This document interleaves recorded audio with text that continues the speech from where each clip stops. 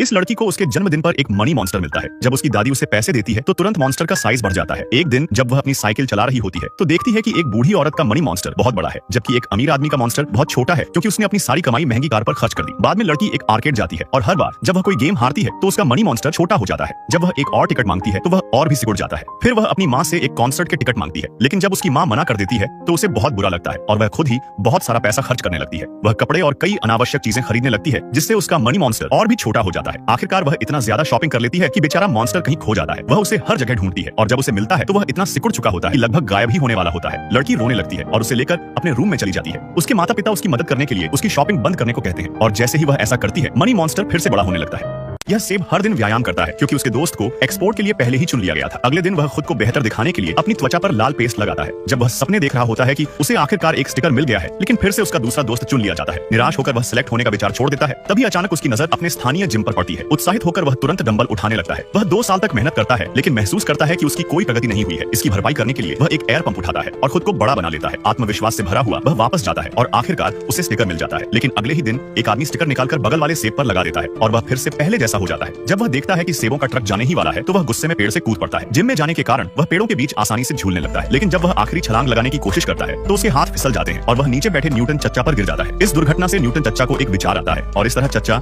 हमारे ग्रेविटी की खोज करते हैं। सेरेब्रल पाल्सी से पीड़ित यह लड़का अपने नए स्कूल में पहुंचा, जहां सभी अन्य बच्चों ने उससे दूरी बना ली क्योंकि वे उसे अजीब मानते थे और उसके दोस्त नहीं बनना चाहते थे। हालांकि वहां एक लड़की थी जो उसकी दोस्त बनना चाहती थी। छुट्टी के समय उसे अकेला देखकर सोनिया उसके पास गई और जब उसने महसूस किया कि वह हिल नहीं सकता तो उसे एक विचार आया। वह एक रस्सी लेकर आई और उसे खिड़की से बांधकर उसके साथ रस्सी कूदने का खेल खेलने लगी, जबकि उसके बाकी दोस्त उसे घृणा की नजरों से देख रहे थे। फिर उसने रस्सी को लड़के के पैर में बांध दिया और उसे साथ में फुटबॉल खेलने को कहा। दूसरों की आलोचना भरी निगाहों के बावजूद उसने परवाह नहीं की और अपने सबसे अच्छे दोस्त के साथ खेलने में खुश थी। यह रस्सी लड़के के लिए एक सहारा बन गई, जिससे वह हिल-डुल कर सोनिया के साथ खेल सकता था। उनकी दोस्ती और गहरी हो गई। लेकिन एक दिन जब सोनिया स्कूल पहुंची तो उसने देखा कि उसके दोस्त की कुर्सी खाली थी। पहले तो उसे लगा कि शायद अब वह चलने लगा होगा, लेकिन जल्द ही उसे दुखद खबर मिली। उसका दोस्त इस दुनिया को छोड़कर जा चुका था। यह सुनकर सोनिया बहुत दुखी हो गई, लेकिन उसने उस रस्सी को एक यादगार निशानी के रूप में संजो कर रखा। वर्षों बाद अपने दोस्त की याद में प्रेरित होकर उसने दिव्यांग बच्चों की शिक्षिका बनने का फैसला किया। एक बूढ़ा आदमी अकेले बैठा शतरंज खेल रहा है। उसके सभी दोस्त अब इस दुनिया में नहीं रहे, इसलिए उसके पास कोई प्रतिद्वंदी नहीं है। वह अपना चश्मा उतारता है, सामने वाली कुर्सी पर बैठता है और खुद के खिलाफ खेलने लगता है। खेल को और रोचक बनाने के लिए वह अपने सामने अपनी ही एक दुष्ट छवि की कल्पना करता है। वह अपनी सीट पर लौटता है और चाल चलता है, लेकिन उसकी दुष्ट छवि उससे कहीं अधिक माहिर साबित होती है। उसकी एक छोटी सी गलती से उसका एक मोहरा चला जाता है और उसका दुष्ट रूप तुरंत इस मौके का फायदा उठा लेता है। अगली चाल में एक और गलती होती है और एक और मोहरा खो जाता है। धीरे धीरे उसका दुष्ट रूप सारी गोटियां अपने कब्जे में ले लेता है।